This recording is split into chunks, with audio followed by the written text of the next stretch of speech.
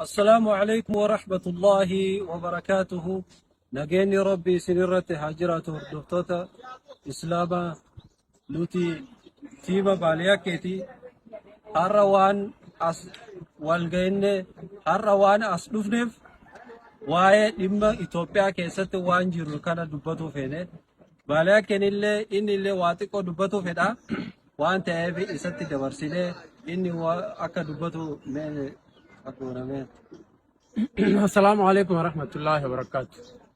أكمل تفاجؤ دوبا وانتي غري وانمي إيراج أليسة أتشومو لغوت أما وانتي أما تاني إثيوبيا ديمو جيراني خمس جدك أبساني وان أكملنا من ركوتي أكي سلامت هدونا ركوبو جرتي وان كان موتو ما غدو جير the government.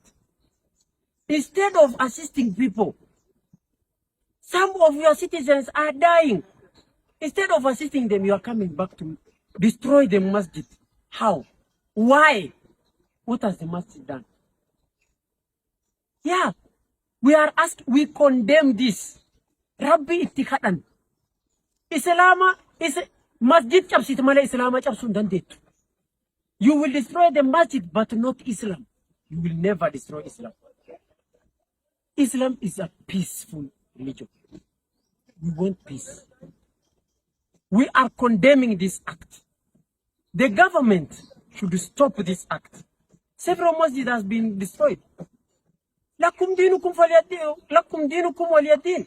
You can go to whichever religion you want. Dini fet sent. Dini fet khadat. Rabbi fet khadat. Namisik dirkam sigodin jir. Masjid ma cabsan.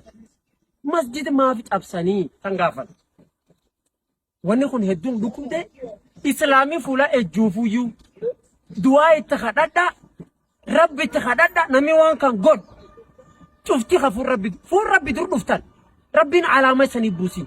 Alamat Rabbi sani busin. Alamat sani ben Rabbi sani busu.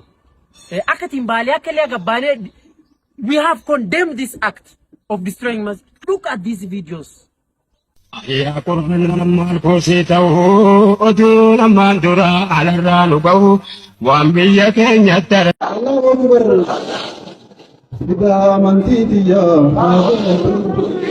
فدا من تيتيا.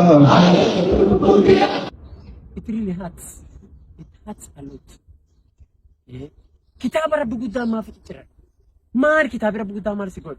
كتاب رب قدام إرتة ما ثم تبرباد. أنا هنا هيته ومتدانا تر. I'm telling you, you will come in front of God. All of us will come in front of God. We will come before God inshallah one day. All of us will die. We will be answerable. We will be answerable for all those of your acts. One is antata su masjid rabbi gudda capsitani. Enut one be Islam mati woman matin kam. No Islam mati na mati nami Islam na matin kam. Shariat tenta Islam nu gorsite wan hak anutin. Namu to kollengo man biyo manu barbata. Man Islam manu rafeda. Man nuti warnagati tanaf na michof nu barbata. Motumma Ethiopia, the government of Ethiopia should stop this act. In fact, they should rebuild all those messages they have destroyed. That is what we are saying. And I'm asking all the Muslims around the world, please, wherever you are, pray to God. Pray to Allah subhanahu wa ta'ala.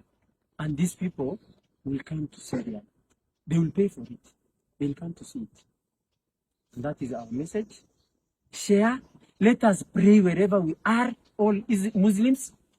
We know we are people of peace. That is our message. Aganumenna.